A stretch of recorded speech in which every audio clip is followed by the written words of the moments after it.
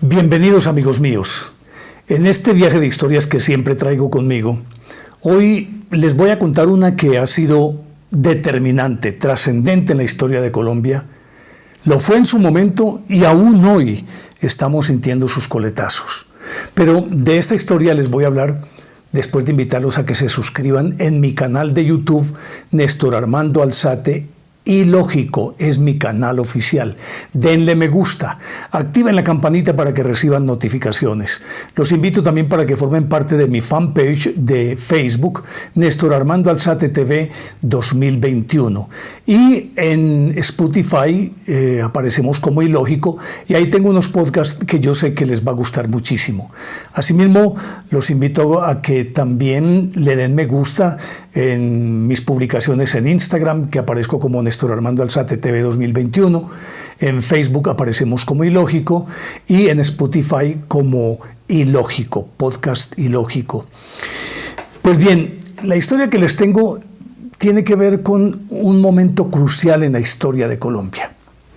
Era una mañana gris de esas características de Bogotá, gris plomiza, con su garuita de siempre, sobre todo en aquella época cuando el calentamiento global no había cambiado el clima gélido de Bogotá. Pero la ciudad estaba muy festiva, y estaba festiva porque, siendo una ciudad todavía bucólica, es decir, con edificaciones muy viejas, tranvía, gente de sombrero, de gabán, con un aire muy provinciano todavía, resulta que por primera vez era sede de un evento de tipo continental que habría supuestamente de catapultar a la ciudad como una ciudad moderna. Se estaba celebrando la 9ª Conferencia Panamericana y tenía como invitado especial, o la estrella del evento, era George Marshall, que había sido un general muy exitoso en la Segunda Guerra Mundial, que ahora era el secretario de Estado y era el encargado también de recomponer a Europa, de reconstruirla económica, social y culturalmente. Era el padrino de lo que hoy se conoce históricamente como el Plan Marshall. Por lo tanto, teníamos una gran vedette en ese momento, más todos los cancilleres de los países del continente americano. Esta conferencia pretendía que Estados Unidos, convocándolos a todos, deseaba era que se alinearan con sus políticas de capitalistas para enfrentar el comunismo que estaba ya prácticamente avasallando también América, y por lo tanto querían poner un muro de contención en todos los países. Y obviamente que había algunos reticentes, otros que estaban más dispuestos a hacerlo. Y paralelamente se estaba celebrando una conferencia, digámoslo, no tenía un título específico, pero sí una conferencia estudiantil que reunía a líderes estudiantiles también de todo el continente como una réplica a aquella que consideraban una conferencia anquilosada, anclada a esos principios retrógrados o retardatarios pues, del capitalismo. Y uno de los más importantes asistentes a ese evento estudiantil era un joven cubano llamado Fidel Castro. Había venido a formar parte de esa conferencia.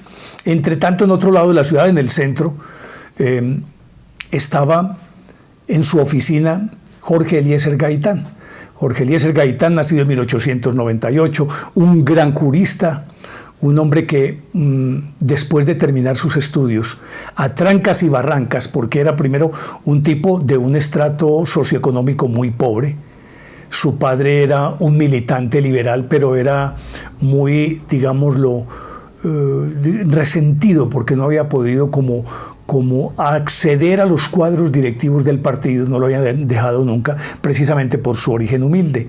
Y se suponía que era un muchacho que tendría que haberse dedicado a un oficio específico o a ser artesano, que era el destino de la gente que no pertenecía a las élites. Sin embargo, se metió a la universidad. Allí demostró su valía y se graduó con honores. Y una vez graduado con honores se fue a Italia, que era su gran anhelo, asistir a las clases de la eminencia mundial de la jurisprudencia en ese momento, el italiano Enrico Ferri, que entre otras cosas le tomó mucho afecto, mucho cariño a Gaitán al ver su disposición y al ver su talento y su talante. Pues bien, Él regresó en 1928, después de haberse ido en 1926, e inmediatamente abrió su bufete, pero bufete de abogado, pero no le caían clientes. De pronto uno que otro, pero con todo y ello él se hacía ver en todo lo que tuviera que ver con manifestaciones políticas y particularmente de los liberales, porque era un liberal acendrado. Y justo ese año, cuando regresó, más que por su bufete se hizo notable, porque asumió la defensa de las familias que reclamaban una indemnización y que querían justicia por la matanza de las bananeras que ocurrió justo en diciembre de ese año de 1928. Su discurso encendido, acerado, fluido, poderoso, potente, tenía subyugado al pueblo.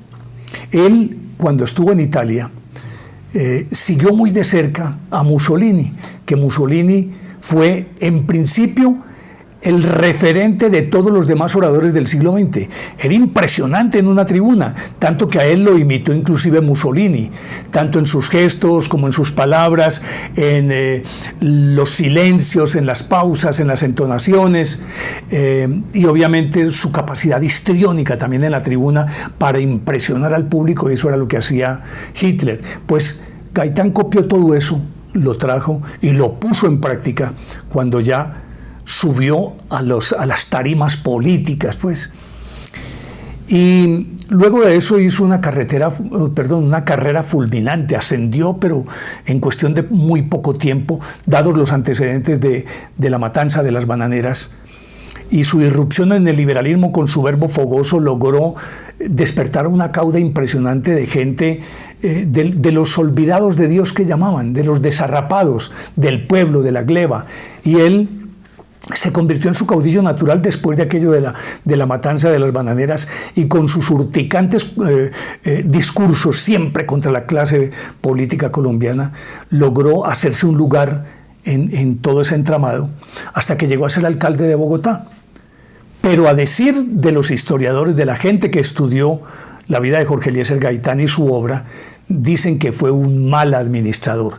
Inclusive lo tumbaron los taxistas, porque tengo entendido que él pretendió uniformarlos y nadie quiso hacerle caso.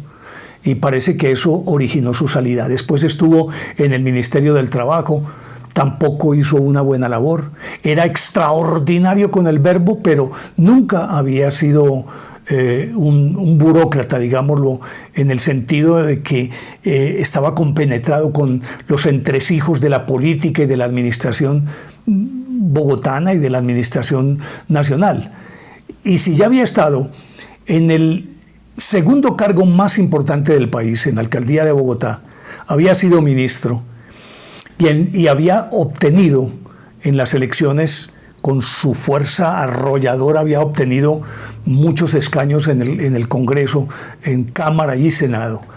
Por fuerza, la casta dirigente liberal, que eran los niños bien, los acomodados, los que siempre habían estado ahí, los que no tenían que hacer ningún curso, sino los típicos delfines. El delfín, aquel que nace en cuna de seda y que lo llevan en andas a todos los puestos, pues conformaban el directorio liberal. Con todo y ello, después de ver todo lo que había obtenido, lo tuvieron que nombrar director único del Partido Liberal. En esas, él se postuló a la presidencia, pero los otros tenían postulado también a Gabriel Turbay, y cuando ellos llegaron enfrentados, entonces se les metieron por el centro los conservadores y les ganaron la presidencia en 1946, que ahí fue cuando subió Mariano Ospina Pérez. El ambiente se caldeó porque a la violencia liberal que había habido antes, es decir, en esos 16 años de hegemonía liberal, de 1930 a 1946, les habían dado hasta con el palo de la escoba a los liberales, destruyendo aldeas enteras, inclusive matando a los niños para que no hubiese simiente liberal, decían. Entonces, cuando suben los conservadores, lógico, es lo que ha sucedido a lo largo de toda la historia. Siempre los que llegan al poder se desquitan de los que antes habían sido sus opresores. Empezaron a darle con todo a los liberales, entonces los conservadores organizaron la policía, el ejército todavía tenía un remanente de un sustrato liberal, pero organizaron la policía y era toma y dame. la cosa más impresionante. Pues resulta que se inauguró esta conferencia panamericana y fueron invitados todos los grandes pues, del país, los peces gordos que llaman. Pero él, a pesar de ser el director único del liberalismo, no lo quisieron invitar a esa conferencia. Sin embargo, para él, supongo yo que le magulló su ego, pero a la hora de la verdad no fue tan determinante porque justo el 7 de abril de 1948 obtuvo un triunfo rotundo en los estrados judiciales. Era un gran penalista. Un teniente llamado Jesús María Cortés, en unos hechos muy confusos, había matado a balazos a un periodista que se llamaba Eudoro Galarza. Pues Gaitán fue y lo defendió tan magistralmente que lo sacó limpiecito. Y obviamente que esta fue una gran noticia. Puede que la conferencia panamericana se llevara la atención de todo el mundo, pero de los bogotanos y de la gente del pueblo era más importante que Jorge Eliezer hubiera ganado ese pleito. Y por lo tanto él estaba celebrando. Y el 9 de abril por la mañana, un individuo muy extraño rondaba la oficina de él. Ya había ido antes a pedirle que le diera una recomendación. Meses antes él se la dio. La recomendación era para que fuera donde el presidente Ospina Pérez para que le diera un trabajo. Ese individuo se llamaba Juan Roa Sierra. Pues esa mañana estuvo merodeando por ahí, luego salió y estuvo mucho rato alrededor de la oficina, inclusive en un café que había al frente. Andaba con un señor muy elegante de un gabán gris, que decían que era tan impecable que parecía que fuera para una boda.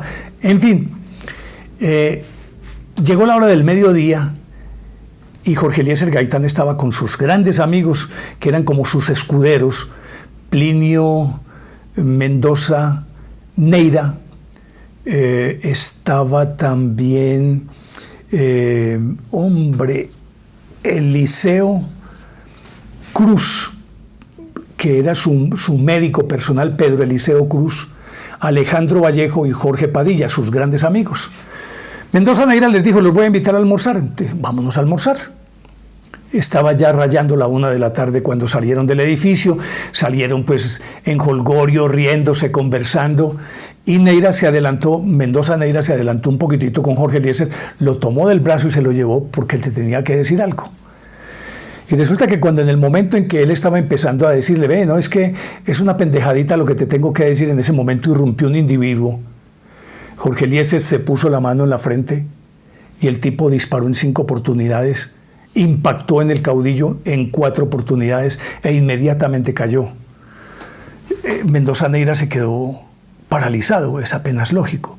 Pero en el momento en que cae, inmediatamente la gente se da cuenta de qué está pasando y ve que es nadie más ni nadie menos que Jorge Eliezer Gaitán el que ha caído, e inmediatamente se enfurece la gleba, la turba, como lo llamaban, el pueblo liso y llano, artesanos, muchos emboladores que había en esa época en Bogotá, y se enfurecieron. Eso fue una explosión como si fuera una bomba atómica, y entre tanto el tipo que había disparado salió corriendo. Pues ese era ese mismo Juan Roa Sierra que había estado rondando en el edificio, había subido varias veces, había bajado, había salido, había hablado con el tipo del gabán, y él trató de huir, y cuando comenzó a huir lo lograron agarrar unos policías, uno en particular, lo agarró y le quitó el arma, pero en vista de que la multitud se estaba abalanzando sobre él, inmediatamente no tenía más recurso, mucho más en desigualdad de condiciones frente a la cantidad de gente que venía amenazante para tratar de linchar a este individuo. Entonces logró meterse a la farmacia Granada, que quedaba ahí enseguidita, y bajaron la reja. Listo, se metió allá con Juan Roa Sierra, y Roa Sierra temblando y lívido y todas estas cosas. Pero bueno, no les puedo terminar esta historia aquí, hasta aquí se las cuento, y en el próximo capítulo van a ver hacia dónde apunta toda esta historia.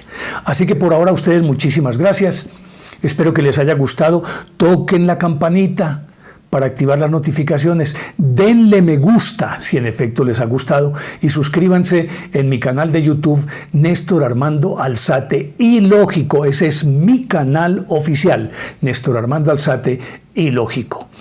Y les queda esa inquietud de siempre. ¿Les parece lógico o ilógico todo este cuento? Ya verán ustedes.